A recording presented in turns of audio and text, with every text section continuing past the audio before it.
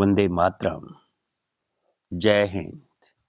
Welcome back to our channel. आज हमारा कक्षा 10 का 8वां लेसन है मिजबिल द वोटर। आज हम इसकी शॉर्ट समरी करेंगे। पहले मैं हिंदी में थोड़ा इसका ओवरव्यू दे देता हूं, फिर इसके बाद में हम इसकी शॉर्ट समरी है वो करेंगे। और मिजबिल द वोटर जो लेसन है वो लिखा गया है गेविन मैक्सवेल के द्वारा। गेविन मैक्सवेल स्कॉटलैंड की पश्चिमी पहाड़ियों में कैम्प्सफर्ना नामक स्थान पर एक छोटे से घर में रहता है। वह पालतू जानवर रखने का शौकीन है। अपने पालतू कुत्ते जॉनी की मौत के बाद वह इतना परेशान हो जाता है कि फिर से कुत्ते को पालने के बारे में सोच भी नहीं सकता। लेखक एक यात्रा पर इराक के बसरा शहर आया है। वहां पर उसका मित्र उसे एक उदबिलाव भेंट करता है। वह इस उदबिलाव को लेकर इंग्लैंड चला जाता है, जहां पर उसका अपना फ्लैट होता है। बसरा से पेरिस और फिर लंदन की हवाई यात्रा के दौरान उसके साथ कुछ रोचक अनुभव घटित होते हैं। वो इस समझेंगे इस लेसन के अंदर, इस शॉर्ट समरी के अंदर। तो देखते हैं short summary. He was staying at Basra. वह बसरा में ठहरा हुआ था। वाइल जबकि ही हैड टू यानी उसे जाना पड़ा, मूव टू इंग्लैंड यानी उसे इंग्लैंड जाना पड़ा था। देन टू कैम्प्स फरना और फिर कहां पर जाना पड़ा, कैम्प्स फरना जाना पड़ा। बट द प्रॉब्लम परंतु समस्या वाज दैट यानी समस्या थी, सम ऑफ एयरलाइंस यानी कुछ जो एयरलाइंस थी, कुछ जो जहाजें थी, हवाई यात्राएं कराने वाली जो एयरलाइंस थी, डिड नॉट अलाउ यानी आज्ञा नहीं देती थी, ट्रांसपोर्टिंग एनिमल्स यानी जानवरों को सवारी नहीं होने देती थी, ट्रांसपोर्ट नहीं करने देती थी। देयरफॉर इसलिए the narrator had to choice a different flight. इसलिए जो लेखक था उसको एक जो अलग फ्लाइट थी, दूसरी जो फ्लाइट थी वो चूज करनी पड़ी, चुननी पड़ी। That allowed animals on board, जो कि जानवरों को उसके अंदर सवारी होने की परमिशन देती थी, आज्ञा देती थी। अलाउड यानी परमिशन देना या आज्ञा देना। एज ए रिजल्ट यानी परिणाम स्वरूप, Mijbil was packed in a box of its size यानी एक बॉक्स था, 18 इंच के बॉक्स के अंदर उसे पैक किया जाना था। ये जो एयरलाइंस थी उसने शर्त रखी थी।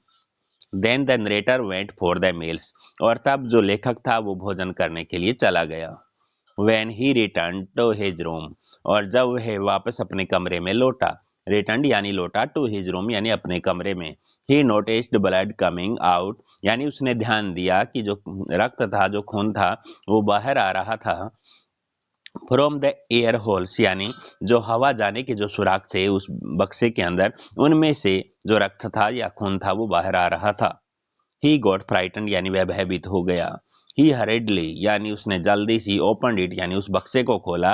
एंड सा दैट और देखा, मिज वाज ऑलमोस्ट अनकॉन्शियस यानी मिज था वो अचेतन अवस्था में था या बेहोश था।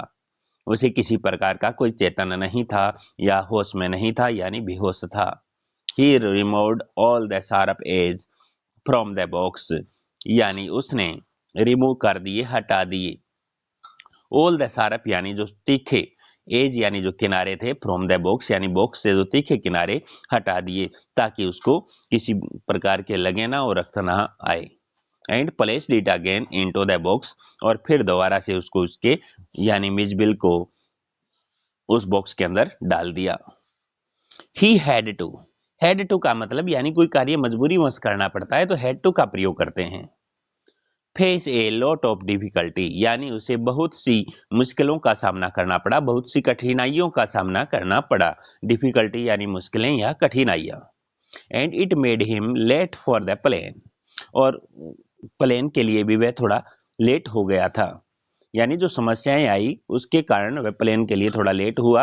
वेल इन द प्लेन यानी फिर जैसे तैसे वह प्लेन के अंदर, हवाई जहाज के अंदर चढ़ गया। The otter escaped from the box यानी प्लेन के अंदर क्या हुआ, जो उदबिलाव था, जो ओटर था, एस्केप्ड यानी बचकर निकल गया, फ्रॉम द बॉक्स यानी बक्से से निकलकर बच निकला या बाहर निकला।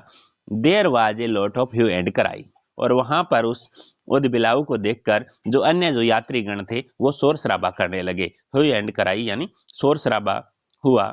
एट लास्ट अंत में द ओटर केम बैक यानी जो ऊदबिलाव था वो वापिस आया and settled on the author knees और वह ऑथर नीज यानी लेखक के घुटनों में आकर बैठ गया या सेटल्ड हो गया, व्यवस्थित हो गया।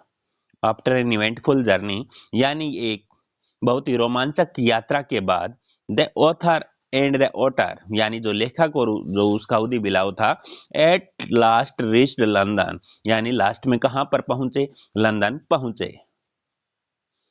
Where he lived in a flat जहां वह फ्लैट में रहता था, जहां पर उसका एक फ्लैट था वहां पर वे उस लंदन के फ्लैट के अंदर पहुंचे। The otter spent most of its time playing with its toys यानी जो ऊदबिलाव था वो अपना अधिकतर समय बिताया करता था प्लेइंग यानी खेलने में, विद इट्स टॉयज यानी अपने खिलौनों के साथ खेलने में अपना समय बिताया करता था।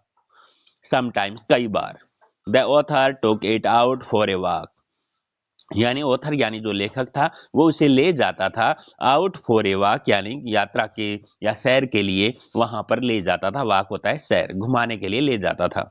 He would take it on a lead as if it were a dog और ऐसा लगता था, ऐसा इस प्रकार का नेतृत्व करता था, इस प्रकार वह घुमाने ले जाता था कि वह उसका पालतू जो जानवर है वो कुत्ता हो।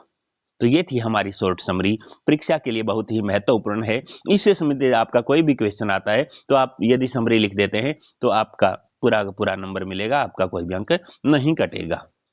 तो आशा करता हूं कि आपको ये जो समरी है वो अवश्य ही समझ में आई होगी और वीडियो पसंद आई तो लाइक करना, चैनल को सब्सक्राइब करना और ज़्यादा से ज़्यादा शेयर करना।